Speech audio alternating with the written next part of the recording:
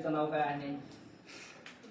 ठीक आहे, तर पहा ते वातावरणातील गॅसचे प्रमाण, वायू. वातावरणातील वायू.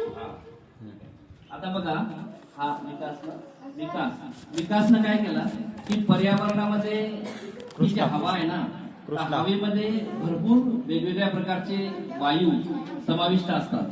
मग हे सगळ्या त्याने एक डिस्क टाईप आपल्याला इन्फॉर्मेशन दिलेली आहे, डिस्क सारखी. इथे एक खाली बसना, हा जो पिवळ्या रंगाचा इंद्रनील, हा जो ब्ल्यू रंगाचा जो भाग आहे एवढ्या मोठ्या डिस्कचा, जास्तीत जास्त प्रमाणात असलेला जो भाग आहे तो आहे हवेमध्ये असलेला नायट्रोजनचं प्रमाण 78%.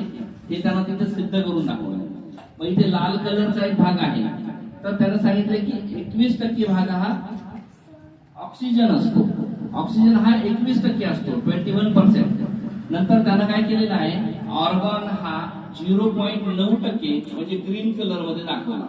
त्यानंतर त्याने इतर जे घटक आहेत किंवा इतर वायू आहेत ते 0.07% असे दाखवले, ते का बैंगनी कलरच्या रंगाने. आणि पिवळ्या रंगाने दाखवले त्याने कार्बन डायऑक्साईड वायू 0.03%. अशा प्रकारे त्यानं पूर्णतः या सगळ्या वायूंपासून ही हवा, आणि जी की आजही आपल्या जवळ आसपास सगळीकडे हवा मौजूद आहे, आणि आपण त्यातला फक्त ऑक्सिजन तेवढाच निवडून घेतो.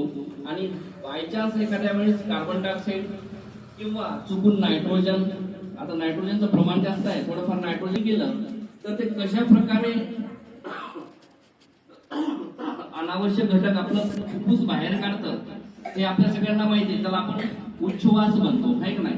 तर त्याचा पण आज एक प्रोजेक्ट आज एक जण सादर करणार आहे, तेव्हा आपल्याला खूप बाकीची माहिती देतो मी. यासाठी याने जे प्रोजेक्ट केलेला आहे त्याच्यासाठी त्याला टाळ्या वाजवा.